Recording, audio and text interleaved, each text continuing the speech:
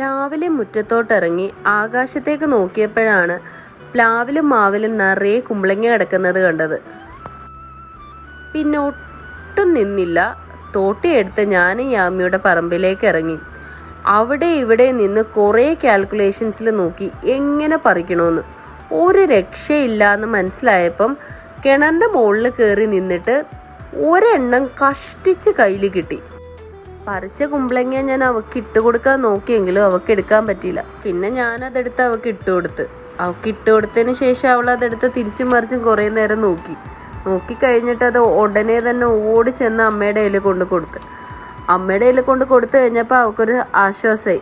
പിന്നെ ഫിഷ് ടാങ്കിൽ നിന്ന് എങ്ങനെ മീനെ പിടിക്കണമെന്നുള്ള ഗവേഷണത്തിലാണ് യാമി പെണ്ണ്.